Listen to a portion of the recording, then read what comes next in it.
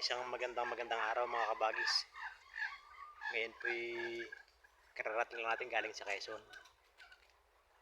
Pumunta tayo sa Quezon gamit natin itong sasakyan na ito. Matibay po mga kabagis. Ang amin po sa Quezon ay halos mahigit 200 kilometers. Kung balikan, nasa mahigit 400. Kinaya po ng sasakyan ito. Kumuha po tayo ng mga biik na aalagaan ulit dito sa Laguna. Ayan po mga kabagis yung ating mga biik na kinuha sa Quezon. Pero yan po yung totoo. Dito rin galing yung lahi niyan sa Laguna. Galing po yan sa Barangay Bitin, Bay, Laguna.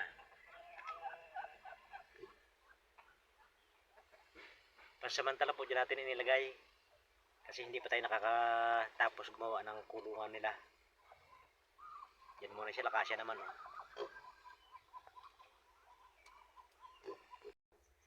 Ayan, pansamantala po ibibigyan muna natin sila ng pagkain, gulay. Ang tawag po niya dito sa amin sa Laguna ay gabi.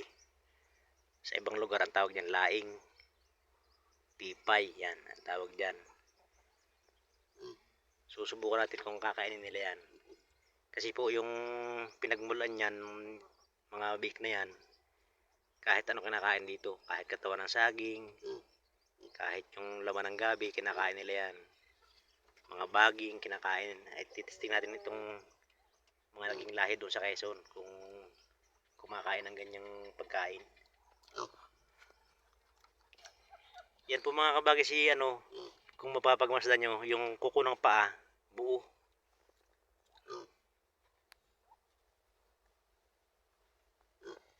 O yan mga kabagay, so buo. Pero yung iba, hindi naman buo. Baak naman yung iba. Ayan, ito nyo. Yung kanyang paa. Nahiya pa yun, ay pangpakita. Ayan po, baak ang kuko niya, baak. Yung isa nagtago mga buo ang kuko.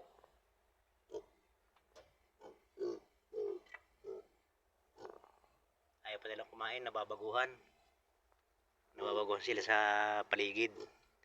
Kasi po doon sa pinagkuhan na natin yan, alpas lang sila, pakawala sila doon sa loob ng nyugan.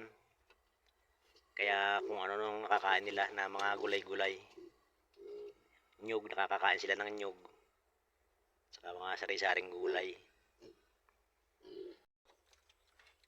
Yan mga kabagis. Ay, ingay mo, bablog ako. Binigyan po natin ng ginayat na katawan ng saging, yung pinakagitna ng katawan ng saging, malambot yan. Sinubukan natin bigyan kung kakainin. Ano nga bagay sa kinakain nila?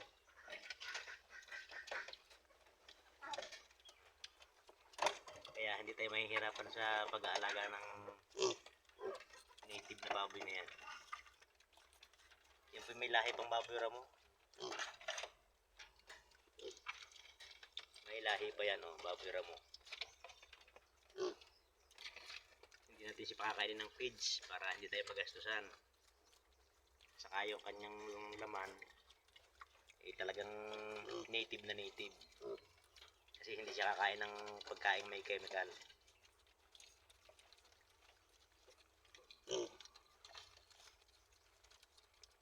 Nahihiya pa sa una pero kumakain naman. Kaya hindi po tayo mahihirapan sa pag-aalaga niyan.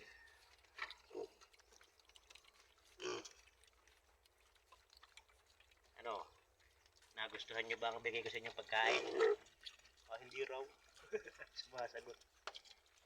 Nagustuhan nyo ang bigay kong pagkain? Oo raw. Ikaw gusto mo na bigay kong pagkain? Oo, nasagot. Ayan, nag-aagaw-agaw na po sila. Sa una nahihiya pa. Pero pag nagtagal-tagal na, ayos na. Anim po yan mga kabagis, 6 na biik. Isang barako, saka 4 na babae. Yung isang lalaki ay kinapunan natin.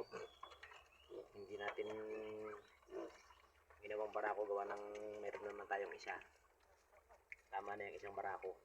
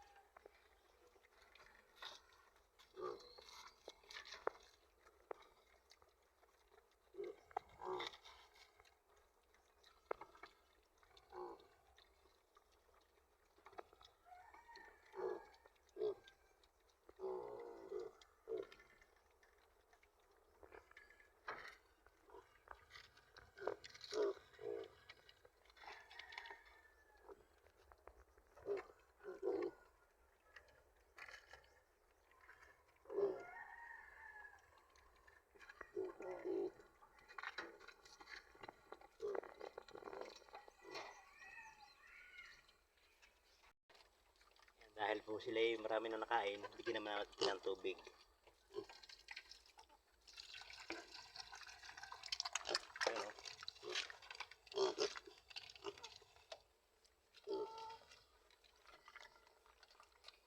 Tapos silang kumain, iinom naman.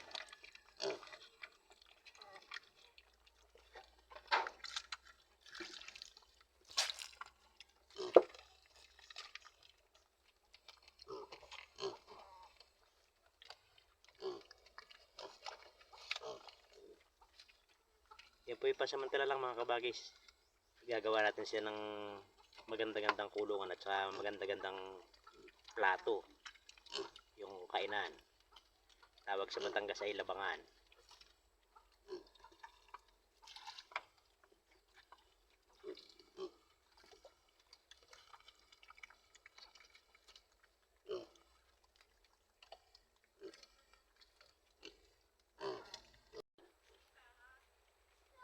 Ayan, hanggang sa muli po mga kabagis. At patuloy nating aalagaan ang ating mga nakuhang native na baboy. Antabayan na natin ang paglaki nila. Hanggang sa muli po, maraming salamat. Muli, ito ang inyong abang lingkod. Tatay Ritox Moto, nag-iiwan ng isang magandang araw.